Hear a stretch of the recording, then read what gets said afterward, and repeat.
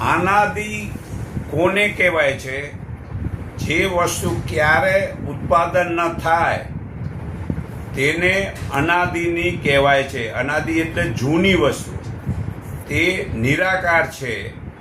તો ખરેખર ભગવાનનું પ્રતિબિંબ સાધનાની શરૂઆતમાં જગતમાં અને પ્રાણી માત્રને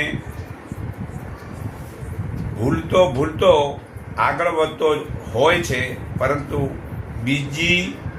બીજા જીવોના શુદ્ધ હૃદયની શુદ્ધ ભાવનાઓને તે કદાપી ભૂલી શકતો નથી.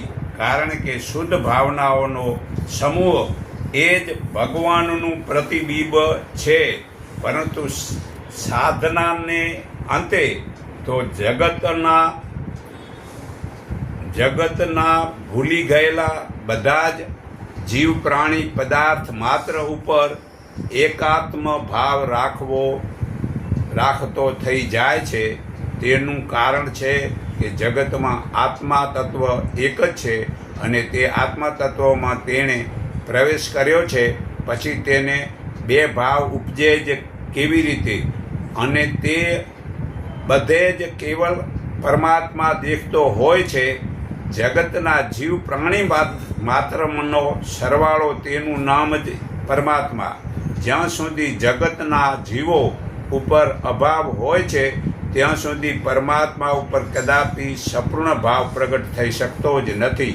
માટે જો તમારે પરમાત્માની દિવ્ય આનંદને પામવો હોય તો તમામ જીવ પ્રાણી માત્ર ઉપર એક સરખો ભાવ રાખવો તથા શીખો. પરમાત્મામાં સમાન દ્રષ્ટિ રાખો. ગાય, કૂતરું, બ્રાહ્મણ કે યતિ કે અસુર માં સમાન દ્રષ્ટિ રાખો. ગીતામાં પણ આજ બતાવેલું છે 5મા અધ્યાયના 18મા શ્લોકમાં. અને આવી સમાન દ્રષ્ટિ જે રાખનાર મનુષ્ય હાલમાં અત્યારે જ આ સંસાર રૂપી જન્મ મરણના ચક્રમાંથી છૂટે છે.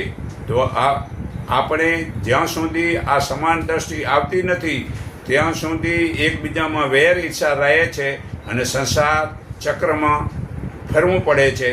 પણ જ્યારે સમાન દ્રષ્ટિ આવી જાય તે આ સંસારના જન્મ મરણના ચક્ર છૂટી જાય છે.